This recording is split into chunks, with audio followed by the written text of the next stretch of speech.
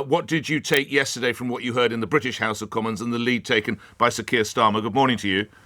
Good morning, Nick. Good to be on your show. Thank you. First of all, we appreciate that the United Kingdom is doing now and has been doing since 2014. It's really important that all European powers were reluctant to help Ukraine back in 2014. It was the United Kingdom who started helping our Navy and our armed forces.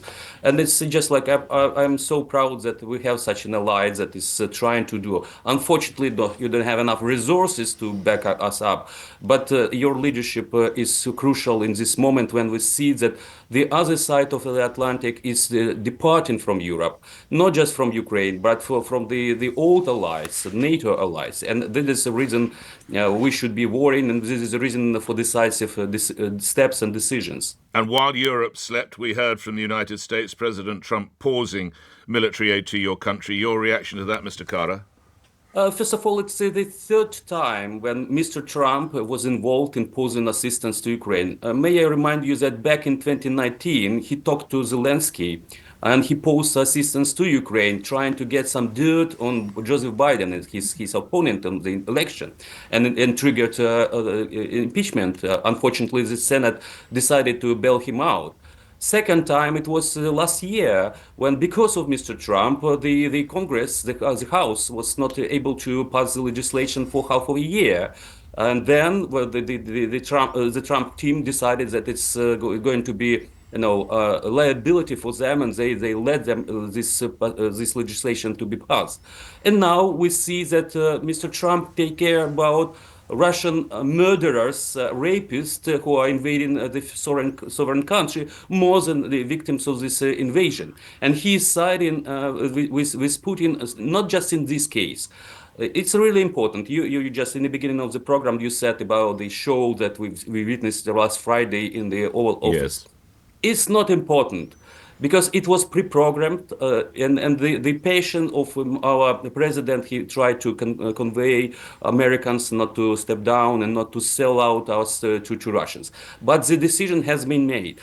Americans want to sell us to Russians. In return, they want to get what I call the Nixonian reversal, that Russia would be stepping back from China, and Russia would be instrumental in other important region for the United States in the Middle East to deter Iran and to protect Israel. Europe doesn't matter for this for this theme. Neither Ukraine nor old Europe, and we will see more and more actions that would harm Europeans. It's not just about tariffs. It's about nuclear umbrella. It's about security arrangements, and it's about many other things. He is siding with Russia, which is anti-democratic, anti-American, against Europe as well.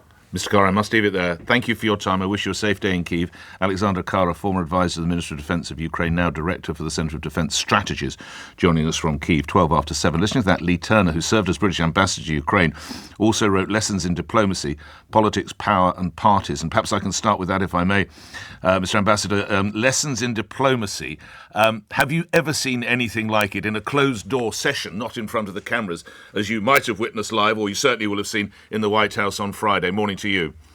Morning, yes. It's shocking, isn't it? I think anybody who watched that confrontation between Trump and Zelenskyy, with Trump being backed up by J.D. Vance in a kind of attack dog mode, will have been shocked and will have thought, is this really the President of the United States in a petulant spat because he can't get what he wants? Trump seems to think that he can apply the same rules from running a company to running international relations. And when he tries to do this, he finds that other countries don't automatically do what he wants.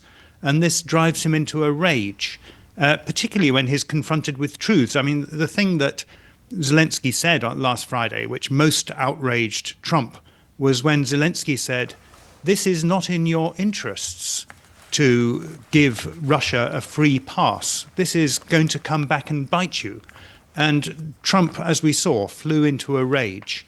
And now we've seen the next stage of this petulant leader cutting off aid to Ukraine, which, of course, as your previous speaker from Ukraine was saying, he's done before. He did this in autumn 2023 until spring 2024. The US cut off military aid to Ukraine, and the result was, of course, that Russia made advances, which is in no one's interest. The British Prime Minister, Sir Keir Starmer, appears to be earning widespread acclaim for what he's trying to achieve this side of the Atlantic. Indeed, senior Conservative James Cleverly said in the House yesterday he felt a little uncomfortable because he can do nothing but praise Sir Keir. Do you support him? Would you agree with that assessment? Certainly, Sir Keir Starmer is doing his best. I think it is time for Europe to get its act together to try to support Ukraine. In a way, we're doing what Trump wants. Trump has hoped that by setting fire to the deck, giving us this burning deck of the US withdrawing from Ukraine, he can encourage Europe to do more. And certainly Sir Keir Starmer has been doing what he can. Convening that summit on Sunday, I think, was a good thing to do. But this is still very difficult. To see why we are going to get Russia to come to the table is very difficult. We've seen Russia actually disrespecting, if anybody is disrespecting President Trump, it's President Putin, who has flatly contradicted Trump, first on Russia's willingness to give up land in exchange for a deal, and secondly, on Russia being ready to accept European peacekeeping troops, where Trump said specifically that Putin had agreed to this, and the Russians said, no, we didn't. That's just not true. So we're miles away from a peace deal that can be acceptable to both sides. And if we come to a quick, dirty peace deal of the sort that Trump seems to be pushing, we're just storing up pressure on US and European security for the future.